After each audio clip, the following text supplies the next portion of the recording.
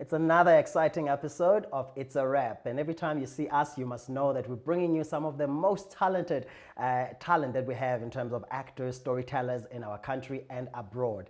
My name is Sipho, and today we're sitting with an actor turned businessman, as some headlines would say. But I think what he does best is connecting with people. And we'll unpack that in terms of his story, what brought him into acting, some of the characters that he's played on, and most importantly, the mindset that we need to carry as creatives in this modern day.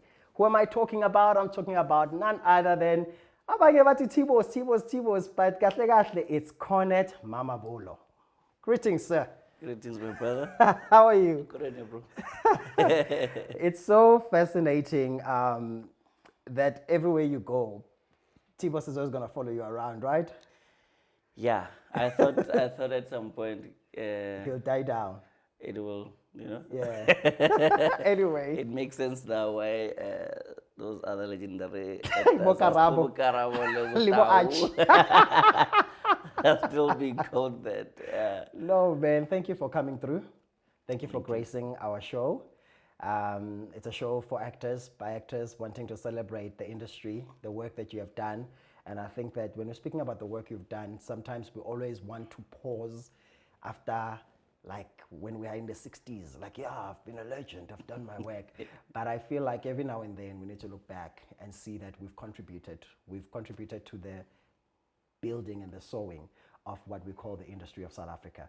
And you are one of those names that are faces that cannot be ignored. I mean, security in this place was excited to see you. They stopped doing what they're doing and they're just like, Aibo.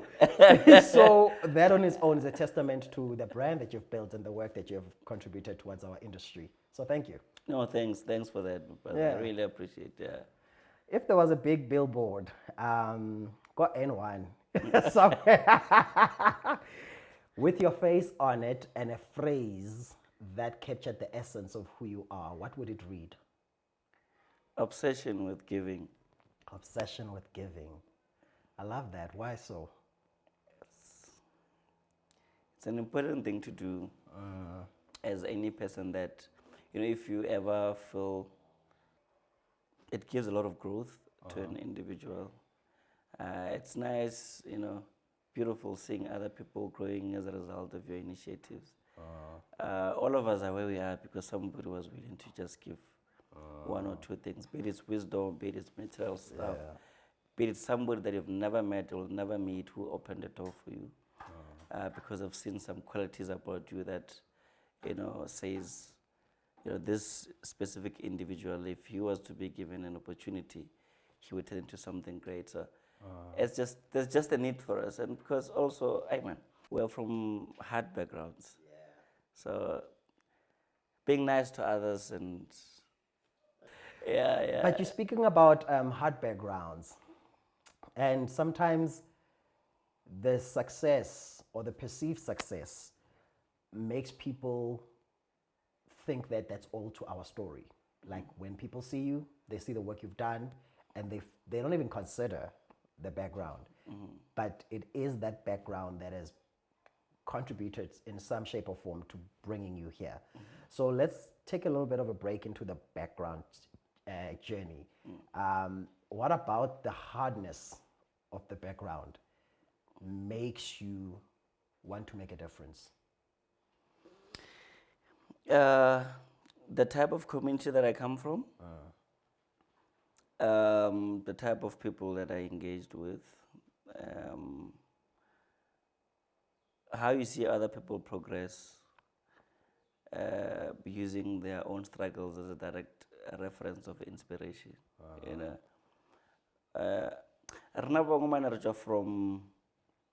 We are from the villages, and then also we are afforded an opportunity to be in the township. Yeah.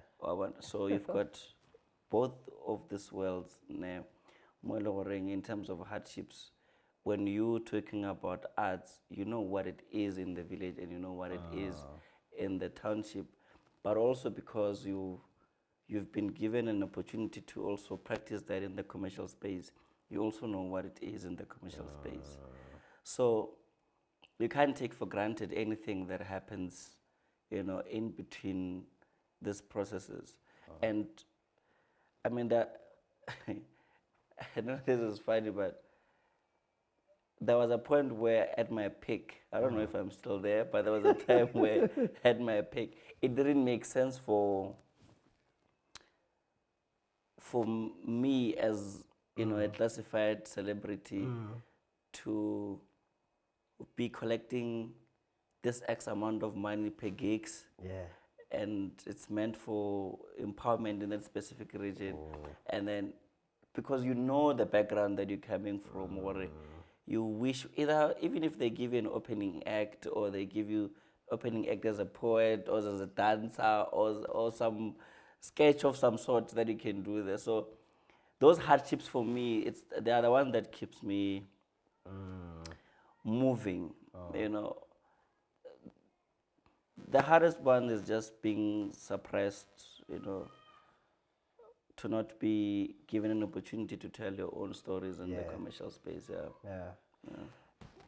One of the things that has fascinated me with your journey and your progression, especially when we're going to get into the characters that you've played, of course, but when your stardom really started getting up there, was how you maintained your humanity, and you almost were intentional in your interactions not to be the star or to be caught up in the versions that people were starting to create. Every time I was in the room and you were there, I would see that because I'm very observant in spaces. What was were you being intentional about it, or was it by default? Maybe default and then being intentional. Because I grew, grow. Yeah. But also when the moments that one can remember when they're being intentional about it is because I understood that people are crazy about the character and not necessarily me as an actor. Can South Africans tell the difference though? So I think people are fascinated about you, but they are, in the absence of that you are playing, chances are that you will be as ordinary as like everybody else. Yeah. And my focus was about having to build Cornet to be known for Cornet. You understand? We'll get into that. We'll get into that because I think you are doing a great job in building that part. But I think that the brand with the channel and the platform that you got was just massive, and people they loved that channel, and I think that it's still one of the most watched shows in the country. And recently the conversations about that particular show were very deep. But anyway, let's start with Rewind. Born in Limpopo. Yes. No. I'm lab. All right. And then finding yourself I wouldn't say Tembisa, yes, because I know there's a beef between the two. Between Midrand and Tembisa. Everybody's like, no, but well, it is what it is. But then finding yourself in Ivory Park. I'm looking at both spaces. One, it's rural. I don't know the setting there. But having grown up in Tembisa, I know exactly how Ivory Park is. I know it's a space where poverty, maybe people there are not necessarily always aware of it because you live in that reality. Like I grew up in the hood and it was not much of a issue because that's my reality. But the minute you look what's outside and what you are not having access to and the opportunities, then you realize how much you are shortchanged. How does that kind of a young star land at Wits? Curiosity. So I started doing arts, I think, in grade 9, when I was starting to do it quite serious. So, starting as doing poetry and prose poetry, and then eventually developing the confidence to be on stage and act. My curiosity has always been, what is beyond this Lord Kanyile Hall walls? We are told that we had the market lab where we went and watched people on stage, and there's an amazing lighting. Instead of blocking the windows, kind of black plastics to get that darkness. And Yeah.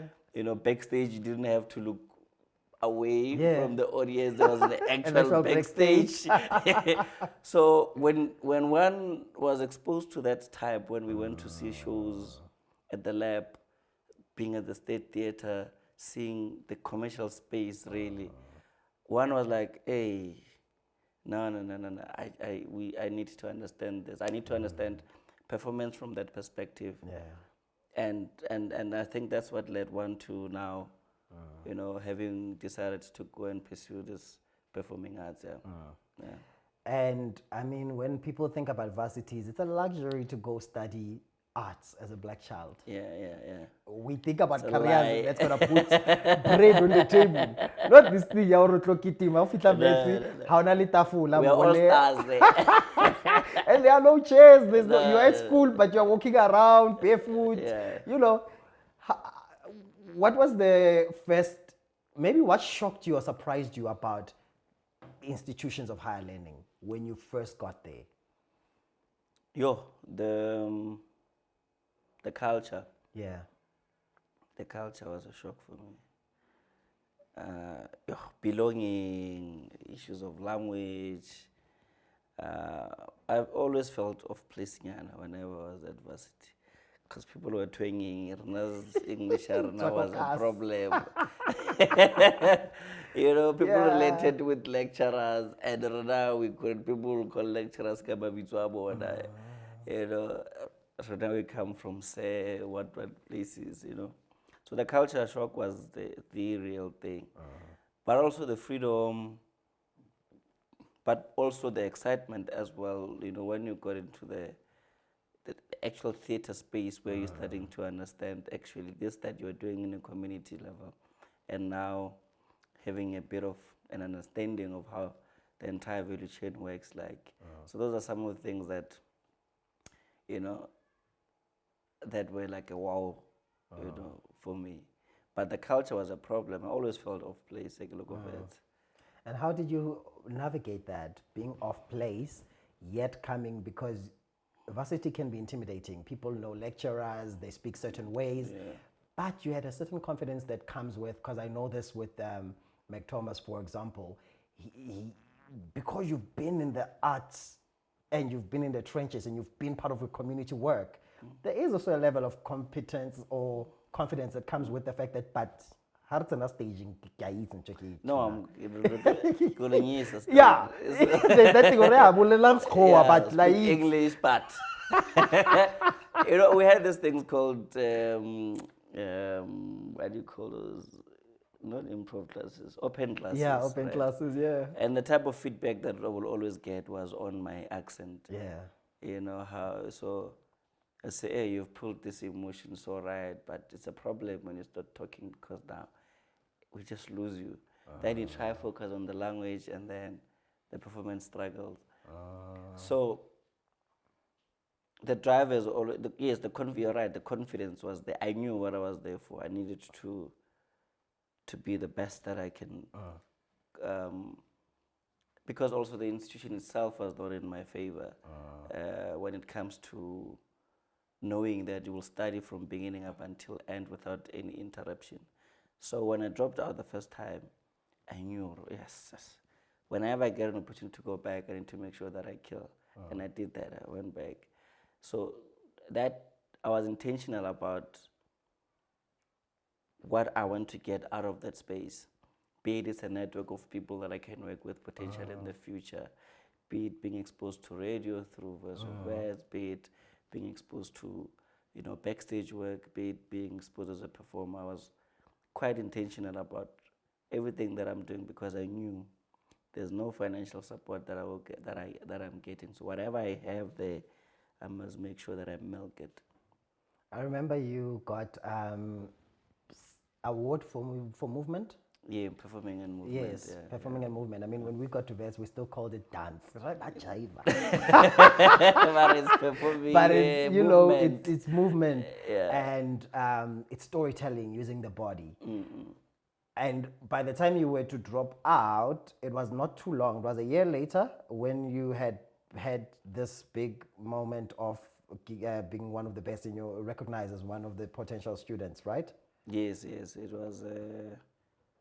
was in the year that I was dropping out. Yeah. So you were doing And so they well, gave but me an then, award of 5,000, and while my fees were around 25 or 30,000. Yeah, so it was in that year. So that didn't even help as well. Yeah. did you feel like a failure living without the edge? Because Wits is the most biggest production, not now, because now, I mean, it's different, you know, because you've lived a little bit, life has gone very well. But at that moment, when you realize that I can't continue this thing and I need to drop out, did you feel like a failure? And how did you deal with that conversation with yourself? It was more hateful more than Yeah. failure. You know, seeing your peers going back, being happy about registration the following year, you know, being happy about going to the next lecture, and you know very well, all right, I'm not going back, and not because my marks are bad. Yeah. I'm not going back because there's I no mean, support. I'm getting an award and I can't go back. But you can't go back. Can't even justify that, you know. So for me, my motto since that day, it has always been about, while they're studying, let me mine the industry so that they can find me with experience. Whilst they are studying, let me mine the industry so that they find me with experience. Yeah, that is a treatable moment. You know, because it's really powerful. Because if you can't be in the classroom, you can't compete there because life is not affording you the opportunity to compete there. No, it's not. So you then choosing that, okay, if I'm not going to be in the classroom, when I'm outside, I will push so far ahead that I'm still able to compete in the game. And you did. So, leaving varsity for the second time and deciding not to continue, was it only financial reasons or were there other reasons as well that made you decide, I'm done here? It was strictly financial reasons. When I studied up to third year, I finished my third year. I'm left with a year. Just a year. And then Utwala age. And I even decided after that, when I went into business, that I must go. I'm a graduate in risk management and short-term insurance. So I still went ahead and studied and graduated in that space. Congrats. Of legal and so forth. So, yeah, you know, that's why we understand the struggles of students, because they are, for some of us. Yeah. You know, I'm still in my head, which was they are studying, I'm going to go ahead and mine the industry. Like that for me, it's such a powerful line because it speaks to not quitting and keep on finding, because we go to school because we want to be in the industry. Like we want to go tell our stories better. We want to become better. So when we can't do it via this way, it's important to find an alternative way, and you did that. How does Tibos come about? How does a show that becomes a phenomenon in this country, an obsession, a show that almost takes us back to Dynamite Dickliff Dudes, because since then we had never seen these young stars being given. I mean, you even look younger in TV. In real life, we were way older than that. But everybody was like, I'm a teenager, say TV. They don't know. They don't know, but they lived a little bit, you know. But how does Tibos meet you? Where do you meet, and how did you come across each other? After I dropped out in the second year, when I was mining, I was actually a lighting operator, sound operator, stage manager. There was an NSA festival or some sort. So Festival of the Fame. Festival of the Fame. Bujefu, Wesley Makamata, Kujo Green, Bu Mashavela, Bu Jeffrey, all of those guys, they had some combo that they were doing. So at that time, Wesley was working with the production company. Okay. Then Wesley says to me, in passing, because he was there to shoot that entire combo. So he found me there, but we've engaged once, twice, because he was my senior. All right. My plan was to be closer to these guys that have already graduated. so that I can milk as much experience as I can. So Wes says to me, Cornet, there's a showman that we are busy with. He says in passing, do you know Spade? I'm like, yeah, I do know Spade. There's a showman, so that you can just go audition there. There's a show called TAF. At that time also I was busy performing Woza Zimbo with Utembile and Peggy Lizzo. And I went for the first audition. Then immediately after that, we're supposed to go to Botswana and perform Woza Zimbo and other shows, Lebote for Makhaola and the rest. Then they called me for a callback. The day they wanted me for the callback, it was my last show. It was in the evening. And I remember Makhaola's words saying, look, man, if they want to work with you, they will be, willing to wait because the reasons that you're giving are valid. I was just trying to encourage me as a young chap. Just make sure that you call them when you get back into the country. And I did that. I called the casting director and he was like, no, come through. Look at that. Come audition again. Then I auditioned, we auditioned, there was screen tests, and up until a point whereby they said, no, this is your role, yeah. T-Boss. And I auditioned for Kwaito first. Oh. Before T-Boss. Yeah. And the casting director was like, no, can you get lines quick? I'm like, yeah, I can. Like, okay, here's the script. Read T-Boss. From Mantuli's family to the Maputlas.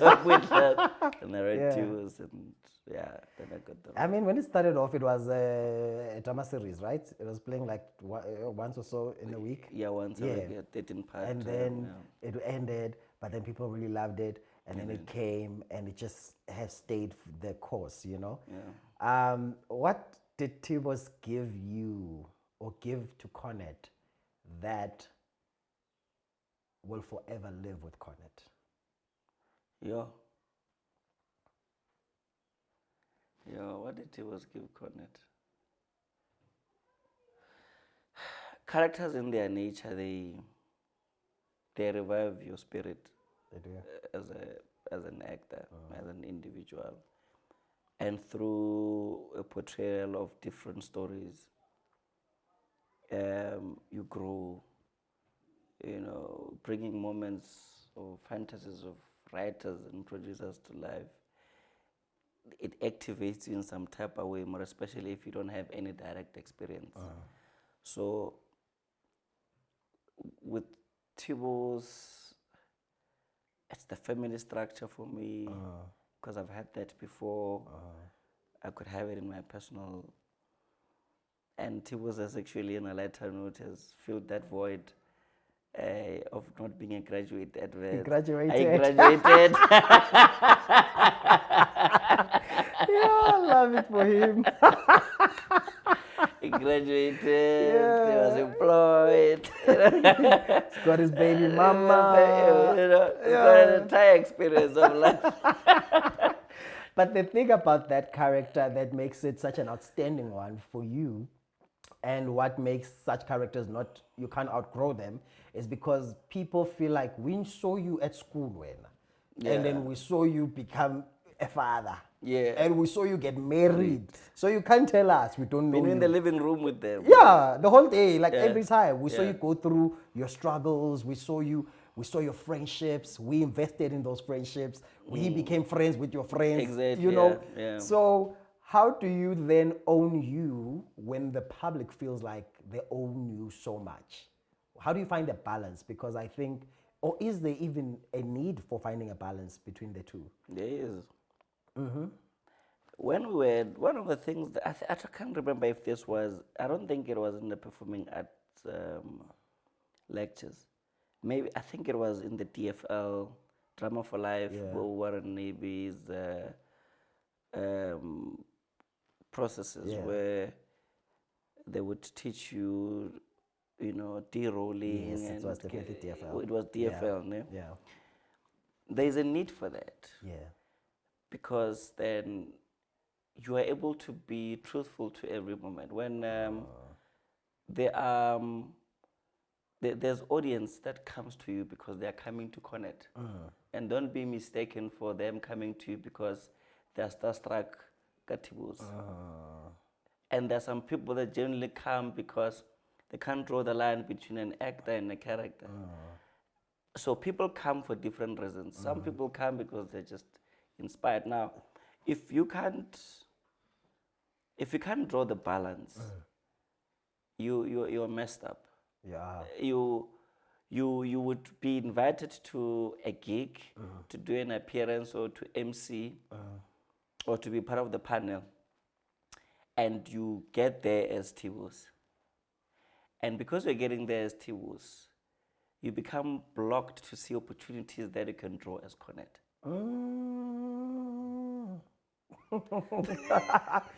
Yeah. You are there famous. Yeah. Whereas there's an executive director of a company or a director or a company that you've been dreaming and wishing that you could, or some type of support that you wish you can get to empower somebody. But because you are there as the public figure, or then you can't engage with people on a person-to-person level. I mean, it's so profound what you're saying. But the truth of the matter is, even in the training of de-rolling, because it's a show of actors, de-rolling is coming out of the character back into yourself. That is trained as a personal work. But when you go to the public, they don't de-roll with you. So they don't de-roll with you. So they stay, some of them stay wanting Tibos. That's what I'm saying. Then, because you've got the capacity to be in character, so you can be invited as Tibos. Yes. And then you're just there. Yes, and then you are there as Tibos. But you must be able to differentiate so that you don't end up being there as Tibos and missing an opportunity that would benefit Cornet. Woo! You have to. The de-rolling part of it is not just in the theater space or in the studio space, and they just said cut, and therefore I go back to self. And I speak a lot on this, on like, people think this, getting to character and de-rolling is an art thing. It's a life thing. It's a life thing. Yeah, because a CEO at what corporate company has to de-roll to be a husband or a wife. Thank you. Then you know how to engage with people. That's why Melanie studied art. It's really a refreshing conversation. I'm loving to hear that, because we do have to de-roll. How do we de-roll? How do you help an actor that is starting out in this culture where it's about being an influencer, being out there, and they are watching the show right now? How would you help them to de-roll within their relationships, especially friendships? Because some friendships, we get them before we become whoever the world thinks we are. And when we become whoever the world thinks we are, not all our friends are able to adjust to the newness. So there's an actor that's starting out and they are blowing up. What would you advise them? What would you say to them to help them in navigating the newness and de-rolling so that they can still maintain this other relationship?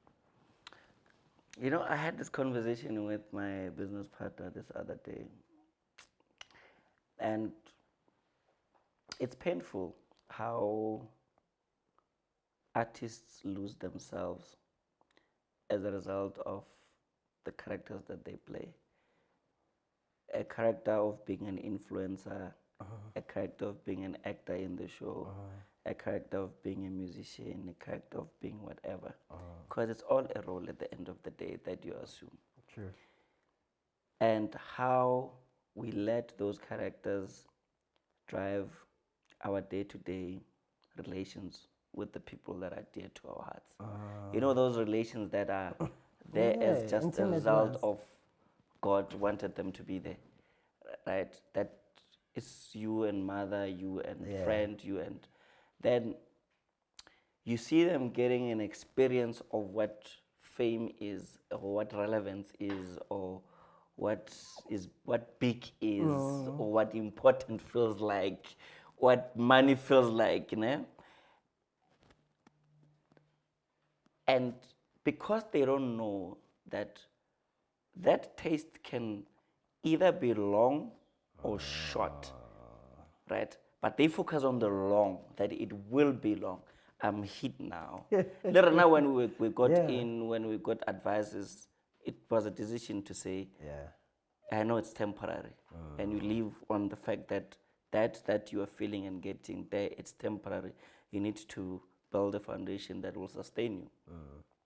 Now it's so painful to see them being drawn into a corner and they can't go out there in the public and or be there in their go out there in their families and have genuine conversations with them, because at some point in their career they've decided to be a Star. celebrity or an influencer to their family or Yeah. friends. And this is not to say hold on to relationships that are not working or Yeah. friends, and Yeah. but it's about, De-rolling. yes, you need to, there's a need for it. There's a need for you to, you have to, you can't live on a budget of per call or on a, your contract says it's 12 months, but they renew it for the next coming 12 months, then automatically you assume that it's a permanent job. By the time they're saying we're done with your story,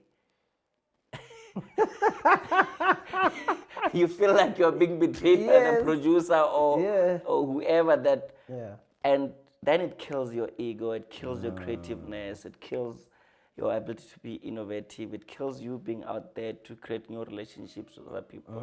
So there is just that need for people to just understand being themselves and being themselves in the arts and being characters, you know. I mean, that is fascinating. Speaking about the fact that relationships don't always last forever, you must understand in terms of the story, you know that you're not always going to be the hit or you're not going to be always the A storyline. Back to T-Boss. Who decides it's the end of the road? Me. You decide it's the end of the road. Why, after a good over a decade, right? Playing that role, being in our living rooms, having the luxury of knowing that actors are in the street praying for a global, you've had this experience. What makes you sure that it's time? What informs you of that, deciding to let go? And something where you were, because you were not, you were still, people still wanted T-Boss. Yeah. People, hence the T-Boss is the storyline is back again because people still connected to him. So it's easy when character, when things are sour, you're like, let me bounce. What in your life made you say, it's time? It was not actually ending. It was more about like a break or. Okay. But even when the engagements on having to come back and we just didn't find each other, right? But the feeling of not of saying I need to focus on me. I love building, my brother, me personally.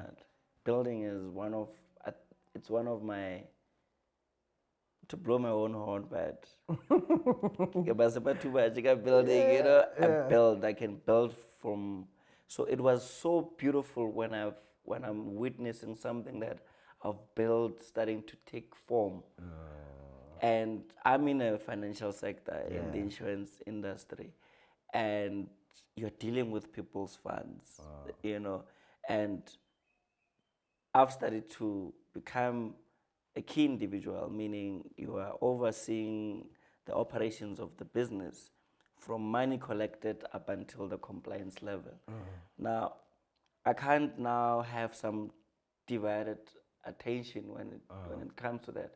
I felt the company was at a point whereby it needed Your focus, 100% me focus. to focus on it, for my employees to remain motivated, to feel a need to stay in the business, and not me having to lose talent in my business because they feel like, but we are busy working hard here, you are busy, you know, we are enjoying life on the red carpet, so stars, celebrity. Yeah. So I had to give it, but I think also I've given that character everything, you know. What people don't understand is that when I started doing acting, And when I decided to go and study acting, it was because I wanted to be an actor and explore as many roles as possible. And I'm doing that because I love it. I don't want to do acting because I must put a meal on the table. Those are part of the reasons. So I did not study because I want to be an actor, Tibus. You didn't study to be T-boss. Yes. You studied to be an actor. I started to be an actor. And when you've served, you've served. Yeah. Which I don't think, I mean, personally, I've learned living life, I've learned that each to their own. Some people choose to play a certain role for the rest of their life. They're still acting because it's not them, you know, and it's the role that they're going to play. They'll be a Rich Forrester forever, a Brooke Logan forever. But it's a character. They're still doing what they're doing. But there is joy in tapping in here and tapping in here and tapping in here because you find new ways, you find new conversation. Speaking about tapping here and there, Lerumo rocks up. Lerumo rocks up like dust and causes chaos like a tornado. And why that role? Why did you, I mean, because you had taken a break from acting, living, focusing on business. Maybe let's start here.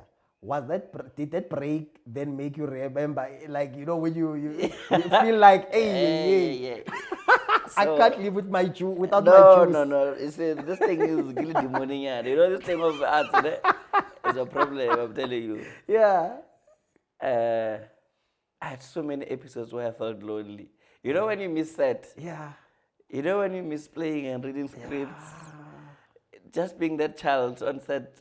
Because in your company, you are the CEO, you are the director, you are what. At People home, treat you are you the in a husband, certain way. you are the father. You know?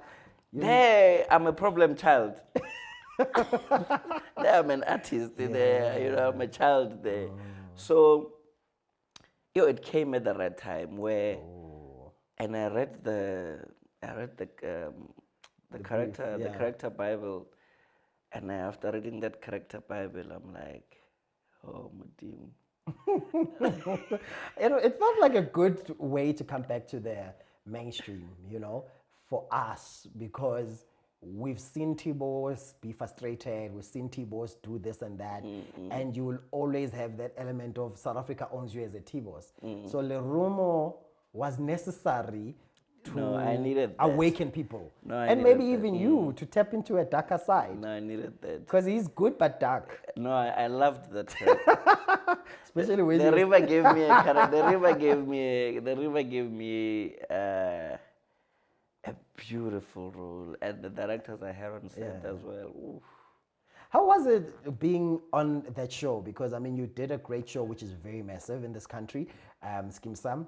But now you moved to the river, and it's also a massive show. It's ending now. Many actors will never say I was on that set, even though it's a dream for many actors to have been in such a set.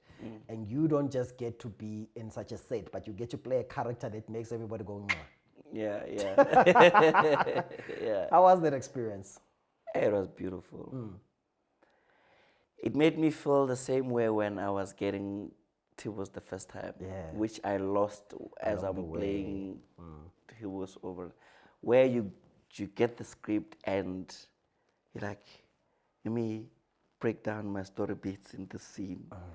You know, who's this guy, you know, looking for the mannerisms of this character. You know, that insecurity of engaging the other actors and the director to say, did you see that offer?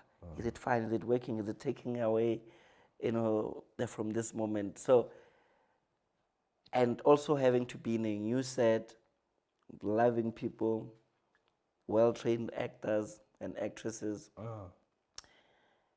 It was just a different dynamic But how altogether. does it differ getting into that set versus the first time you went into previous sets? Because you've been in other sets, even during when you were in Skim Sam, you did do other shows.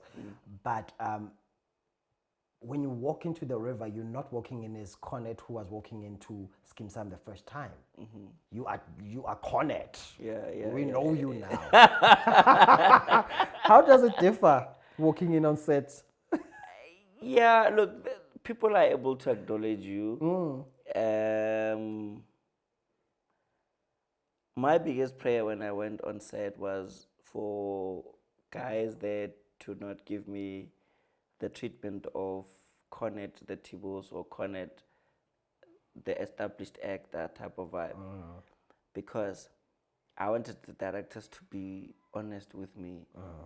You understand? To tell me when I'm messing up, Yeah. when the direction is not too nice, when they want me to take it up, or they say, hey, that was too much, just take it down. I wanted that. Yeah. So, in terms of welcoming, it was nice. They are beautiful people.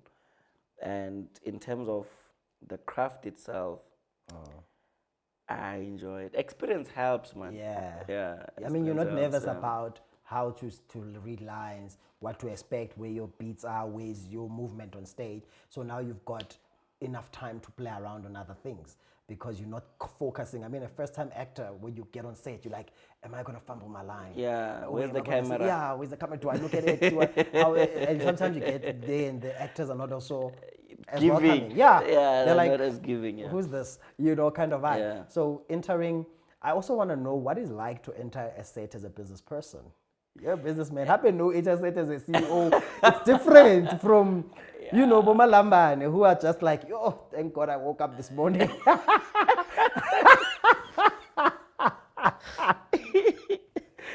it differ? Does it hit different?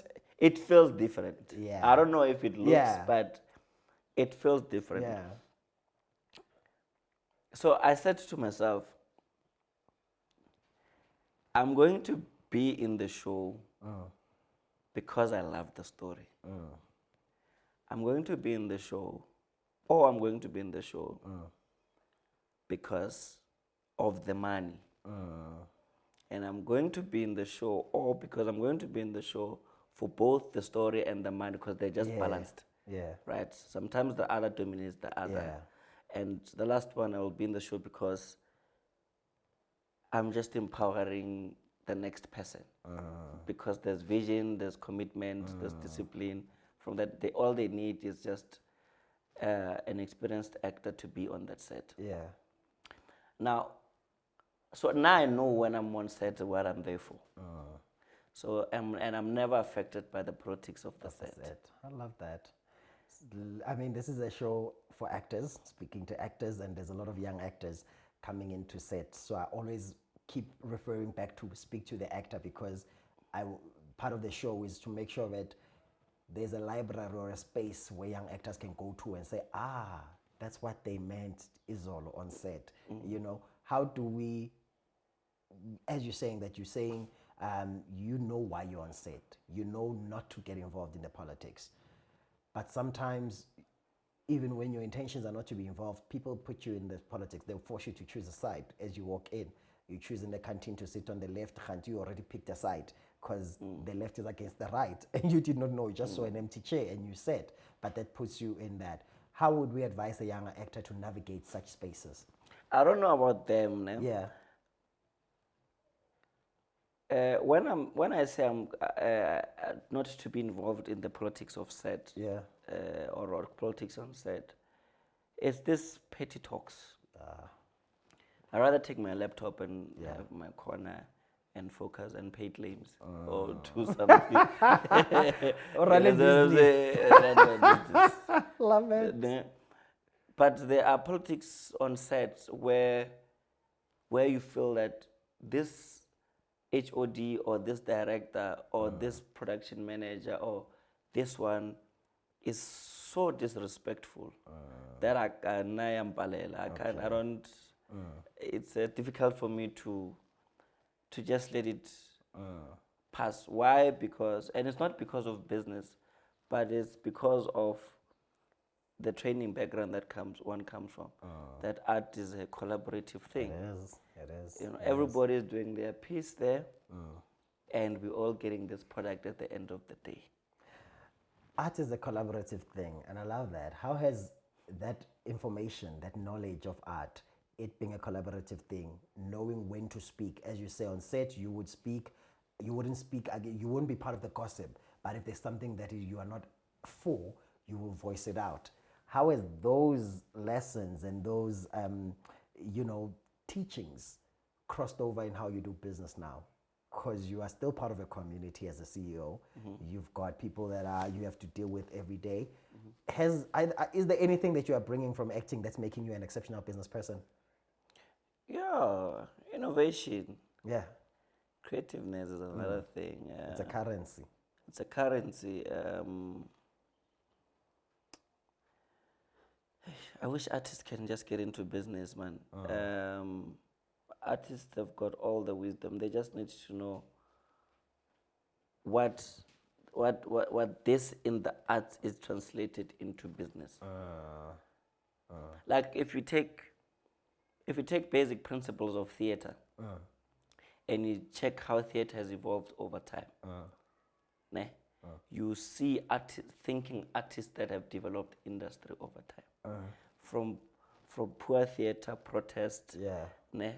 To now drawing from the European and having that styles, now having these commercials having industrial retail theater.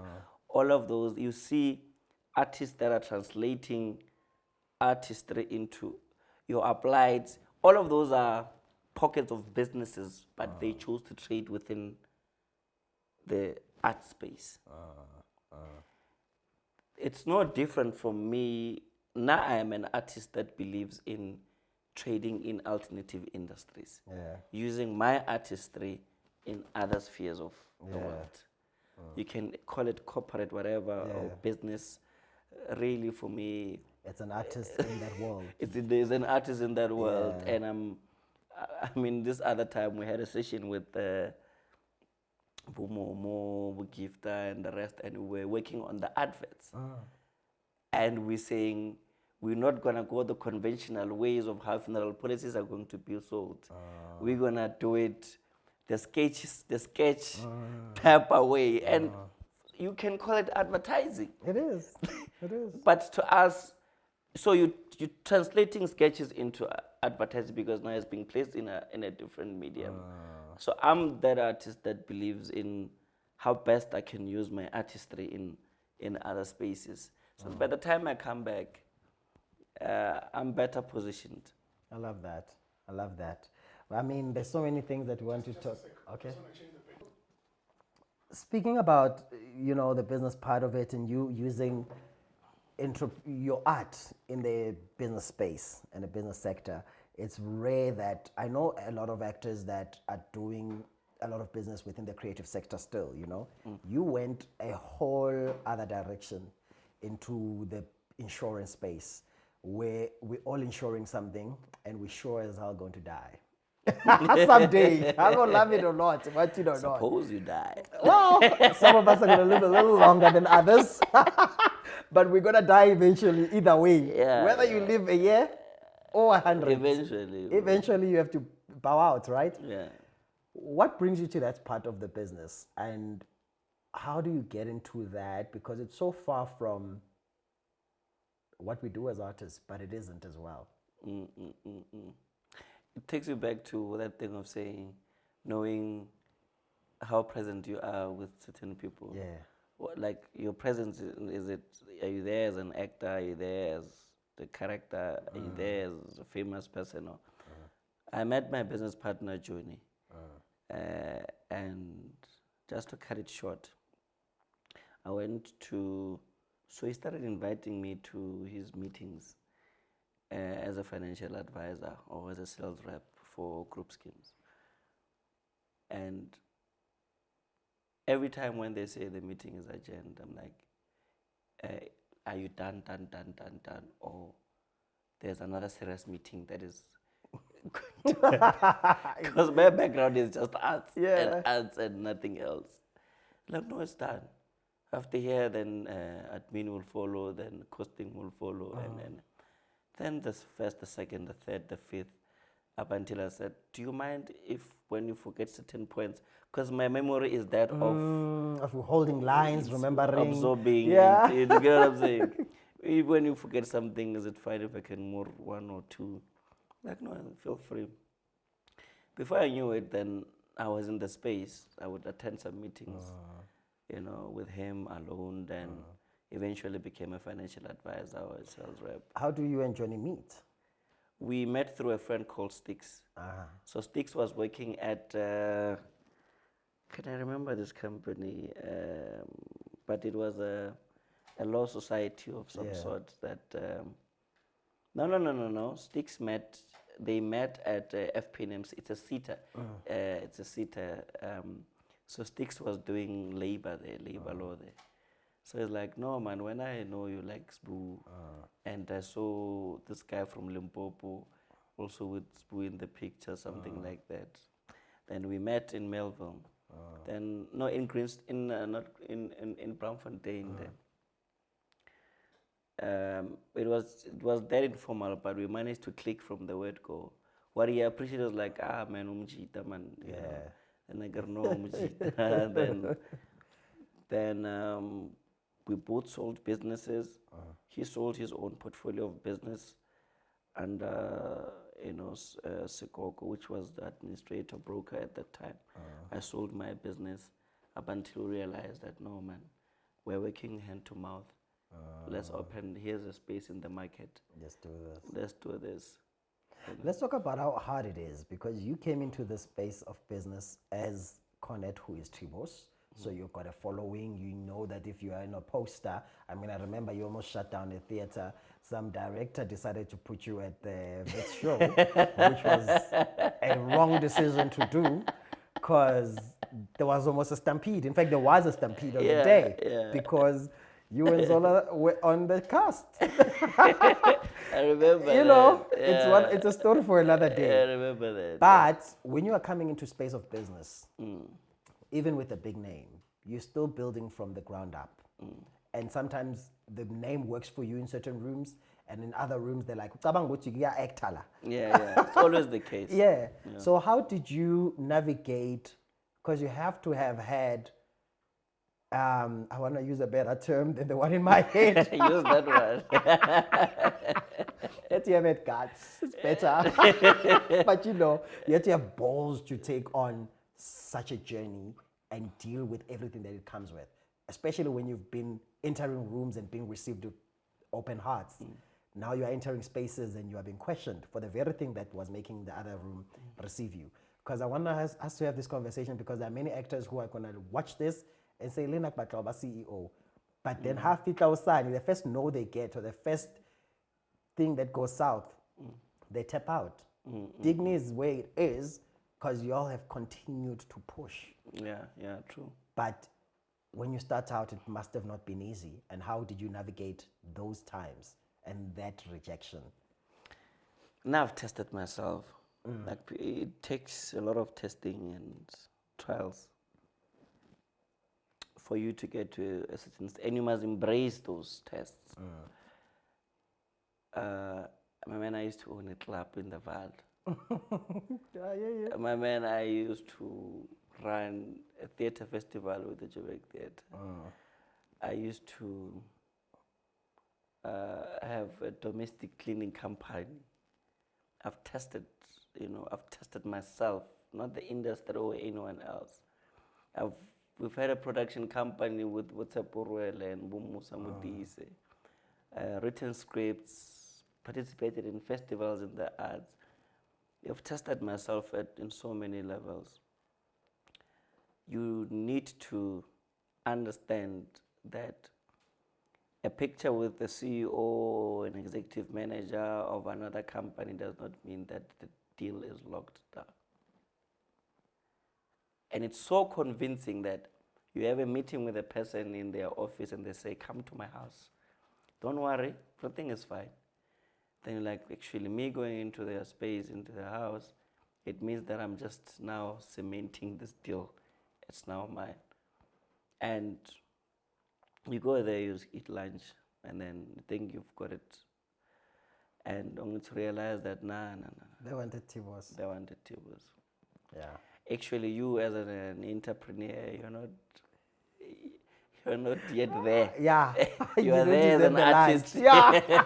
you just deserve to be taken care Yeah. of. But you can't take care of my funds, because my industry is about taking care of people's money, you know. And I've had so many episodes of such where I think I've got things, but I don't. Actually, the deals that I can say I have in my business, most of the cases are from people that don't even give a damn about what I do in the arts, but because they afforded me an ear to speak to them. Some people sign policies when I'm doing activations, and they sign the form, they do everything, and then come month end, they reverse the debit order. You know, so you have to understand your journey. If you're going into business, you have to understand that you have to start the same way as you started as an artist. I love that. It's starting from the ground up. Yeah. What feeds you? Yeah. Ashnama, man, I love building, man. Yeah. What is that one role within the creative arts you still want to play, whether even on screen or behind? But what do you think has not yet been done or is not being done the way it should, that you would like to still contribute within the game? What I know is that I'm going to perform, even if it's tomorrow or next month or next year or after a decade. I know I'm going to, every time when I come back, I'll be coming back with playing roles that are just sick. Right? You don't want to be the good guy anymore. Even if it's a good guy, but the story. Yeah, that I hate you. Juice.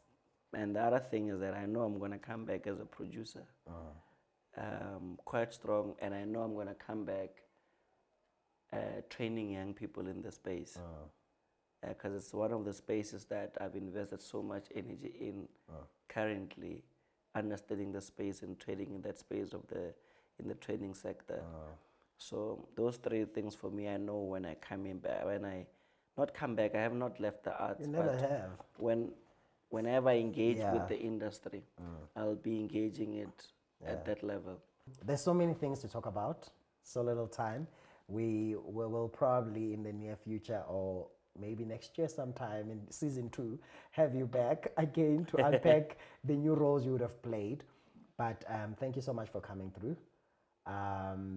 Where can people follow you for more information about what you do? Cornet Mamabolo on Facebook, Cornet Mamabolo on Instagram. Twitter, I think it's Cornet Mamabolo as well. LinkedIn is Cornet Mamabolo. My business is digni.co.za. That's how we ended up. It's been a great conversation, and we'll be back with another artist telling us their story, what's happening in their world, and celebrating the contribution that they're making to build this industry. From myself, Sipho, you know what we say. It's a wrap. Till we meet again.